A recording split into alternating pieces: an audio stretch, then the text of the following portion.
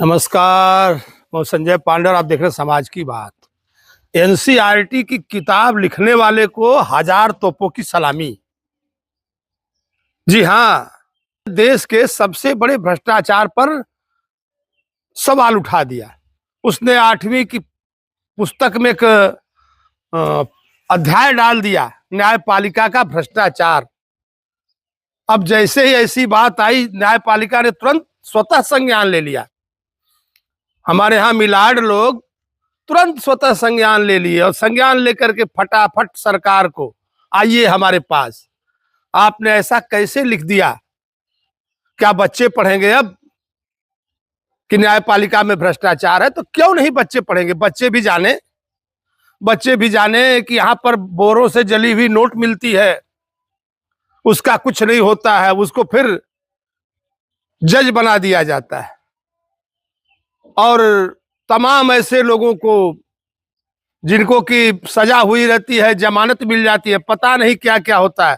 वो तो छोड़िए, उस आम किसान से, उस आम गरीब से पूछिए, जो जब कभी कचहरी जाता है तो कहता है कि ठीक जज साहब के नीचे बैठे हुए पेशकार, बोले पेशकार साहब की को पेशी देनी है। बोले जो अर्दली पुकार करता है, बोले अर्दली को अलग से पैसा देना है।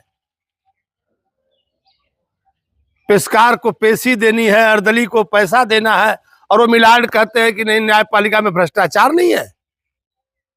तमाम ऐसे अपराधी पैसा दे दे करके छूट जाते हैं, किसको नहीं मालूम है। और कहां, आप जरा सा चेक करवा लीजिए, जितने जज हैं सबके प्रॉपर्टी की जांच करवा लीजिए।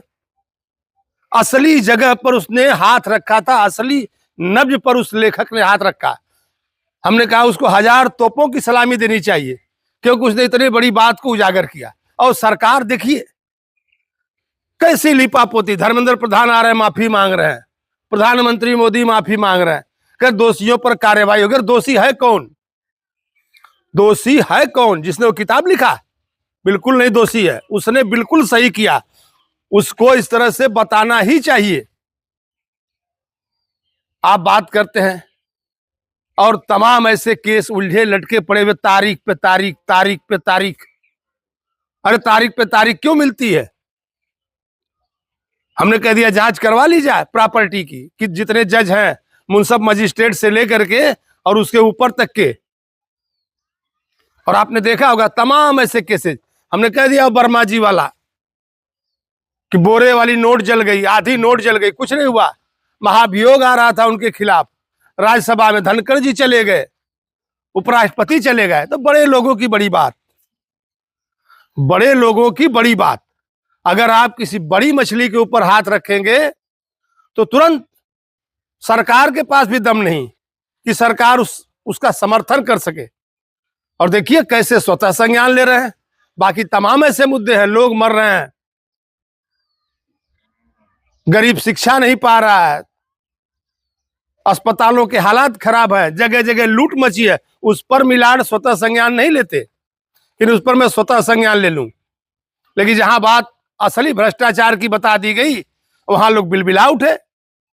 बाकी और मुद्दों पर आपका ध्यान होना चाहिए, लेकिन नहीं होगा। और मैं बता रहा हूं कि जो सरकार है, ऐसे तमाम जगहों पर सरकार झुक जाती है। अगर उसने लिख दिया है तो बच्चे पढ़ेंगे, अगर उसमें कोई सी गलती है तो उसको आप सुधरवाइए। आप ये कैसे कह सकते हैं कि नहीं हम कार्रवाई करेंगे, जिसने किताब लिख दिया गलत लिख दिया। और एनसीईआरटी की किताब में अगर किसी अध्याय में इस बात का जिक्र हो भी गया तो ऐसा कौन सा पहाड़ टूट गया?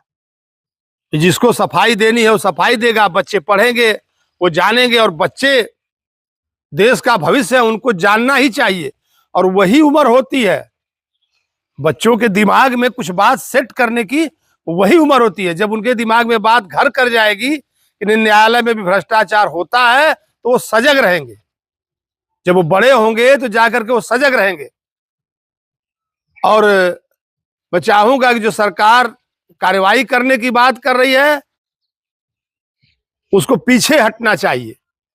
और जो कुछ ऐसे न्यायपालिका में कुछ ऐसे लोग भी होंगे अपवाद स्वरूप, मैं सभी को कटघरे में नहीं खड़ा कर रहा, लेकिन ज्यादातर लोग ऐसे हैं, जहां तक हमने देखा है तमाम प्रॉपर्टियां, बोले जज साहब की कोठी है, जज साहब का यह है, जज साहब का वो है, तमाम शान और शौकत।